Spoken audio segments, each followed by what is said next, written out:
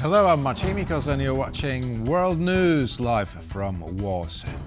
Two imprisoned journalists have been awarded the 2025 Sakharov Prize for freedom of thought. The winners are Polish-Belarusian political prisoner Andrzej Poczobut and Georgian Mzia Amaglobeli, a founder of independent media outlets who was arrested during a pro-European protest in Georgia in 2024.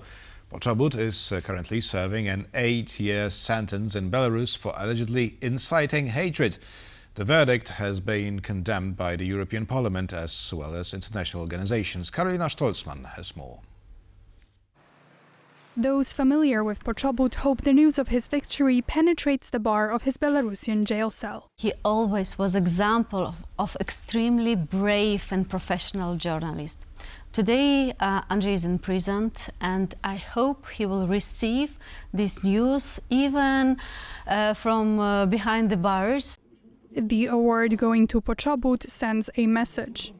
You are not alone, and journalism is not a crime. This means that Belarusian issue is important for the whole Europe. I believe that also this is a signal to the Russia that Europe is not playing games.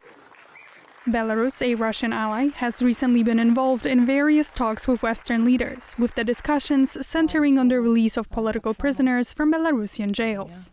President Trump has now gone further. He has demanded from Lukashenko the release of all 1,300 political hostages: students, teachers, doctors, factory workers, journalists.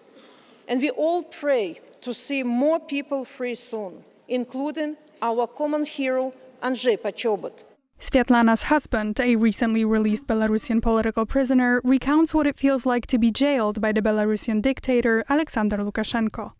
I know I would never have survived 20 years of my full sentence under those same conditions. The fate of Alexei Navalny was very much in store for me. There are still around 1,400 political prisoners in Belarus waiting for their turn to be free. And the number is growing by the day. We must get them all out. But the task ahead is difficult. If we want to release more people, it's better not to speculate too much, because at the end of the day, it's Lukashenko who is taking the decision who can be released. Poczobut has spent the last 4 years behind bars, and in total has been arrested more than a dozen times for his unfavorable coverage of the authorities and his activism work for the Union of Poles in Belarus. He is hoped to top the next list of political prisoners to be released from Belarus. For TVP World, Karolina Stolzman. Alongside Polish-Belarusian journalist Andrzej Poczobut, Georgian reporter Mzia Amaglobeli was the other person awarded the European Parliament's 2025 Sakharov Prize for freedom of thought.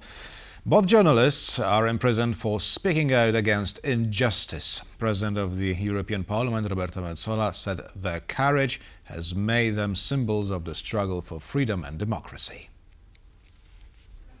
Amaglobeli, who founded two independent media outlets, was sentenced in August to 2 years of imprisonment for slapping a police chief at an anti-government protest in Georgia in January. In a video of the incident, the Georgian journalist is seen engaging in a fiery chat with the officer and then lightly slapping him across the face. The Committee to Protect Journalists found the sentence outrageous. The judge later reduced the charge from assaulting a police officer to using violence against public order protecting, which carries a lighter sentence. The European Parliament's prize, named after Soviet dissident Andrei Sakharov, has been awarded yearly since 1988 to human rights defenders. Past winners include the South African President Nelson Mandela and Pakistani education activist Malala Yousafzai.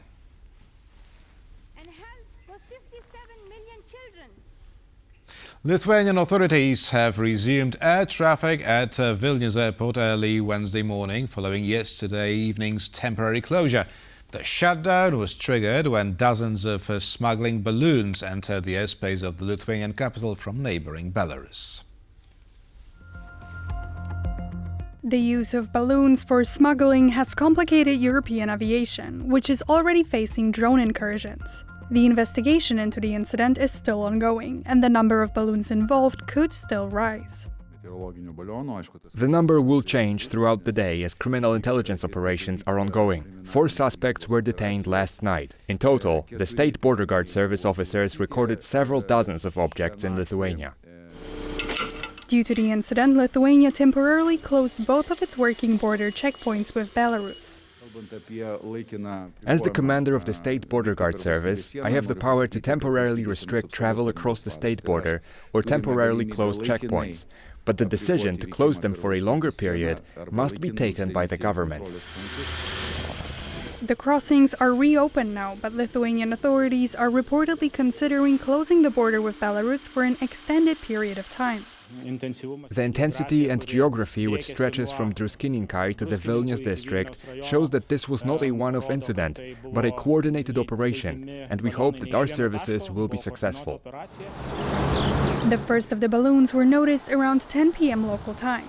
The airspace above the airport was closed until 6:30 a.m., and it affected some 30 flights and around 6,000 passengers.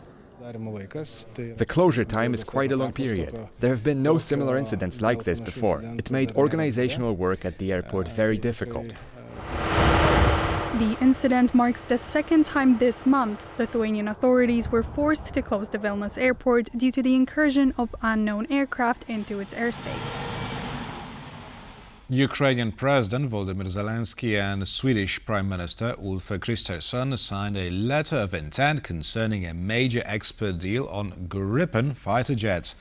The Swedish Prime Minister said that the deal's success would result in increased security for the region, including both Ukraine and Sweden. The two leaders discussed the export deal during Zelensky's visit to Sweden and the Swedish defense industry group Saab, which makes the Gripen fighter jet, the global eye surveillance aircraft and missile systems and other equipment. Ahead of the visit, Kristersson said that Zelensky would be looking at one of the world's absolute best fighter jets. Supplying Gripens to Kyiv has been considered for the last 2 years, but was paused as Ukraine focused on the introduction of American-made F-16 fighters, which it started deploying last August. Earlier on Wednesday, Zelensky was in Norway when Oslo announced a $150 million package to support Ukraine's gas purchase for winter.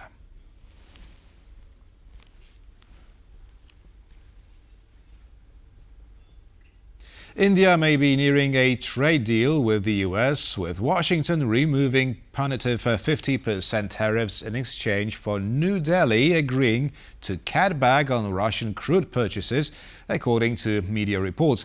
After the full-scale invasion of Ukraine, India became the second biggest purchaser of Russian crude in the world.